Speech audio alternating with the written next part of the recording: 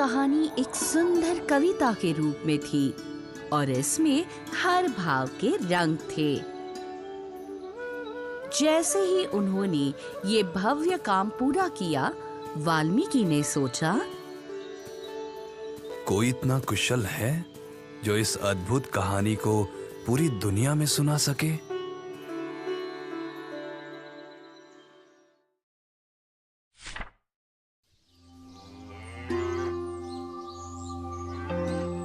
ये सोचते सोचते उनका ध्यान उनके आश्रम में रहने वाले 2 युवकों लव और कुश पर गया। वे समझदार थे और कविता को सुंदरता से सुनाने की क्षमता रखते थे। वे सीता के पुत्र थे। वाल्मीकि को सीता तब मिली थी जब लव और कुश का जन्म होने वाला था।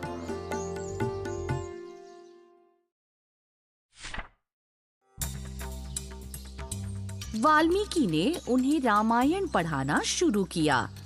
लव और कुश को इस महाकाव्य का एक एक शब्द याद हो गया। उन्होंने रामायण को उत्साह से सुनाना शुरू कर दिया। बड़ी संख्या में लोग उन्हें सुनने के लिए एकत्र होने लगे। वे लोकप्रिय हो गए।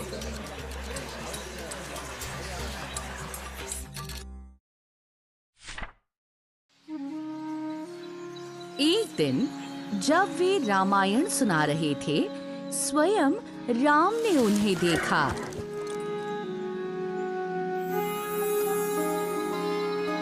राम उनसे बहुत प्रभावित हुए। उन्होंने दोनों युवकों को अपने महल में आमंत्रित किया।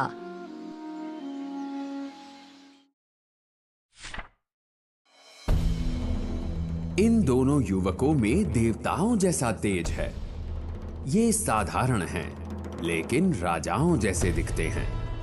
गाओ बच्चों। इस प्रकार राम की सभा में लव और कुश ने रामायण सुनानी शुरू की।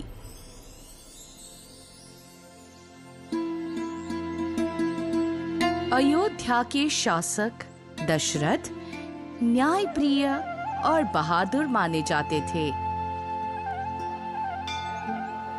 अपने महल की खिड़की से उन्होंने सरयू नदी के तट पर स्थित अपनी सुंदर राजधानी कोसल को देखा। उनका राज्य समृद्ध था और उनकी प्रजा संतुष्ट थी।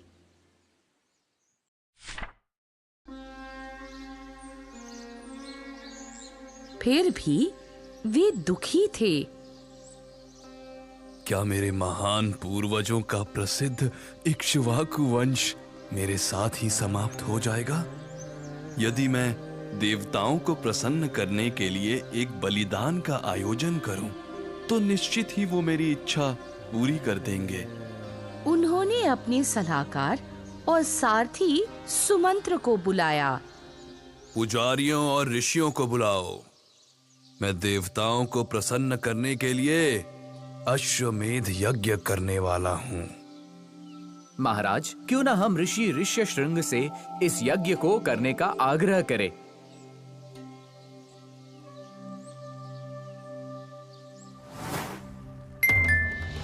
बहुत समय पहले की बात है, जब अंगराज्य अकाल से जूझ रहा था, तब उन्होंने ही देवताओं को प्रसन्न कर राज्य में वर्षा करवाई थी।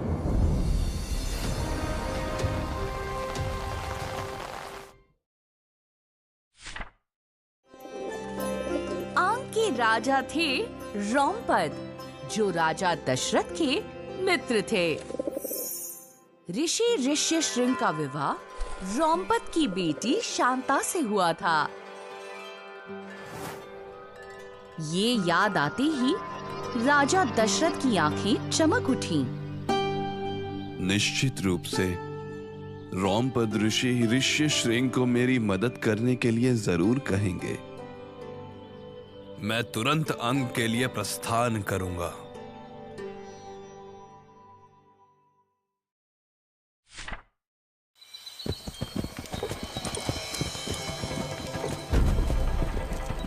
जंगलों और नदियों से कई दिनों तक यात्रा करते हुए राजा दशरथ और उनका दल अंग पहुंचा।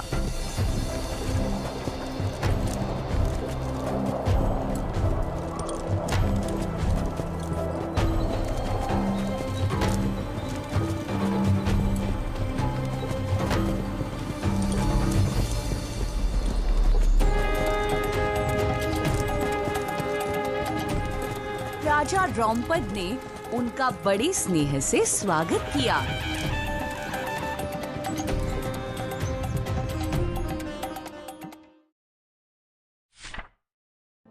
राजा दशरथ ने अपने मित्र को सारी बात बताई। मेरा मन अशांत है। मेरी बाद शासन करने के लिए मेरा कोई पुत्र नहीं है। मैं शास्त्रानुसार अश्वमेध यज्ञ करना चाहता हूँ। कृपया करके अपनी पुत्री शांता और ऋषि ऋष्यशृंग को मेरे साथ अयोध्या आने की अनुमति दे।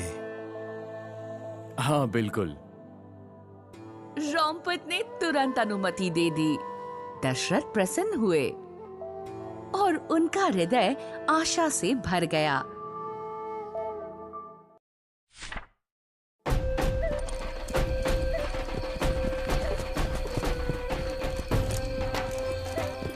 जब वे शांता और ऋषि ऋष्यशृंग के साथ कोसल लौटे, तब अयोध्या वासियों ने ढोल नगाड़े और शंख बजाकर उनका भव्य स्वागत किया।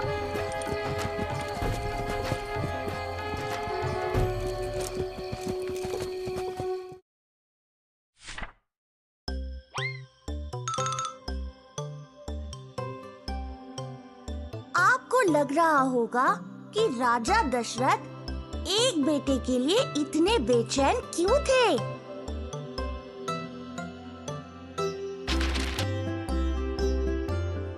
पहले के समय में बेटों को ही उत्तराधिकारी माना जाता था। उनका ही अपने पिता की संपत्ति में हिस्सा होता था।